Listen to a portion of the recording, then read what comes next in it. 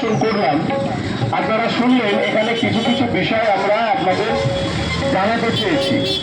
প্রথম বিষয় হচ্ছে, আপনি যখন ভোট দিতে যাবেন তখন ভিভিপ্যাট বলে একটি মেশিন থাকবে, অর্থাৎ আপনি যাকে ভোট দিচ্ছেন সেই ভোটটি আপনার পছন্দের প্রার্থীর কাছেই পড়লো কিনা সেইটা দেখে নেবার একটা ব্যবস্থা পাচ্ছে, একে বলছে ভিভিপ্যাট। আপনারা এইটা ভালো করে দেখে নেবেন এবং 7 সেকেন্ড অপেক্ষা করে তারপর আপনি ভোট কক্ষ থেকে বেরিয়ে আসবেন। দ্বিতীয় বিষয় হচ্ছে যে এদেশের ছেলে মেয়ে সবার সমান অধিকার দিয়েছে ভারতবর্ষের এমনই গণতন্ত্রে, সেইখানে ছেলেরা যত শতাংশ ভোট দেয় মেয়েদের সেই শতাংশের হার অনেক কম, অর্থাৎ মেয়েরা সবসময় ভোট দিতে যাচ্ছে না।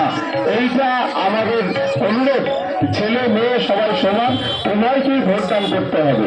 আরেকটি বিষয় হচ্ছে বয়স্ক ভোটার, প্রতিবন্ধী ভোটারদের জন্য বিশেষ বিশেষ ব্যবস্থা নিয়েছে নির্বাচন কমিশন।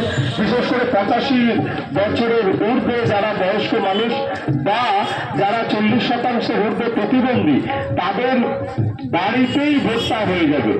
আর একটা বিষয় মাথায় রাখুন, কোনো প্ররোচনায় পা দেবেন না। কেউ ভয় দেখালে, প্ররোচিত করলে 1950 বলে একটি নম্বর আছে, 1950, এই নাম্বারে ফোন করলে নির্বাচন কমিশন আপনার পাশে এসে দাঁড়াবে।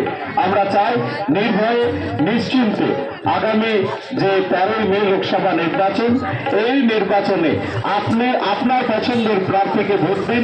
নির্বাচন কমিশন, নানুর ব্লক প্রশাসন আপনার পাশে আছে।